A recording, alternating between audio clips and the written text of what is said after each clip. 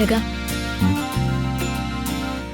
നമ്മളെ വീട്ടിൽ നിന്ന് ഇറങ്ങി തിരിച്ചത് തോൽക്കാനാവരുത്.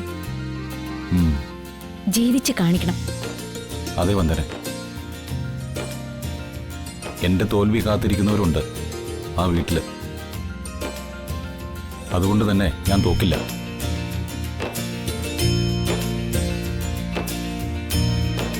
അവരുടെ മുമ്പിൽ ഞാൻ തോറ്റുപോയാ ഞാൻ മാത്രമായിരിക്കില്ല തോൽക്കുന്നത്, വന്ദനയും കൂടിയായിരിക്കും. ജഗ, ഇപ്പൊ കയ്യിലുള്ള ബുള്ളറ്റ് പണയം വെച്ച് വീടിന് അഡ്വാൻസും കൊടുത്തു, വീട്ടുപകരണങ്ങളും വാങ്ങി. ഇതിൽ തീരുന്നില്ല. ബാക്കിയിരിക്കുന്ന കാശും കൂടി തീരുമ്പോ മുന്നോട്ടുള്ള പോക്ക് ഒരു ചോദ്യചിഹ്നാവും.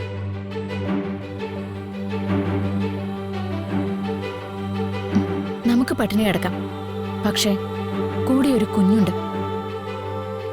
അവളെ പട്ടിണിക്കിടാൻ പറ്റില്ലല്ലോ.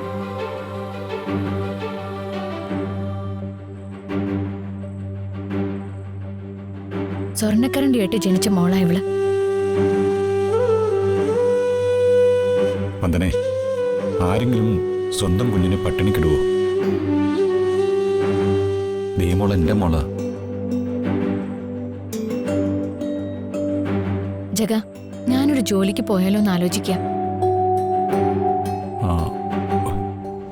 വന്ദനെ, ഇത്രയും നാളും പൊതുപ്രവർത്തകനായിട്ട് നടന്നവനെ ഞാൻ. ഭാര്യ ജോലിക്ക് പോകുന്നത് കുറച്ചിലായിട്ടല്ല. എന്റെ വിയർപ്പിന്റെ അന്നം നിങ്ങൾ രണ്ടാളും കഴിക്കുന്നത് എനിക്ക് കാണണം. ജഗ, അതല്ല. ഈ അവസ്ഥയില് എനിക്കും കൂടി ഒരു വരുമാനം ഉണ്ടെങ്കിൽ. വേണ്ട, പ്ലീസ്. അച്ഛൻ ഒരുപാട് വട്ടം നിർബന്ധിച്ചതാ അങ്ങോട്ട് ചെല്ലാൻ. വന്ദനയുടെ അച്ഛൻ എന്നെയും വിളിച്ചിരുന്നു.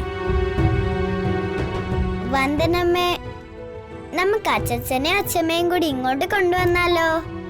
മോൾക്ക് അച്ഛനെയും അച്ഛമ്മയും കാണണോ?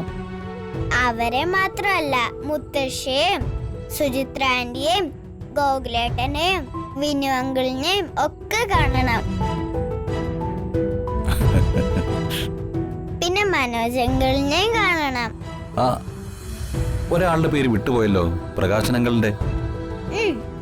പ്രകാശ് അങ്കിളിനെയും കാണണം.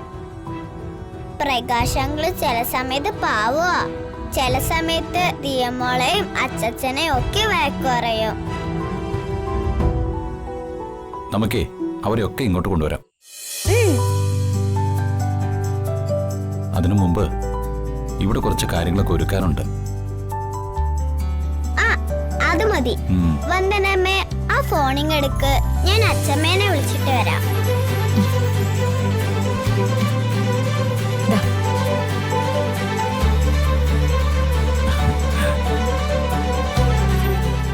ഇനി ഇവിടെ നടന്നതൊക്കെ ഒരു പൊടി പോലും ഇടാതെ അച്ഛമ്മയോട് പറയും. പാവം രാജകുമാരിയെ പോലെ വളരേണ്ട കുഞ്ഞ്. എല്ലാം ഒരു വിധി.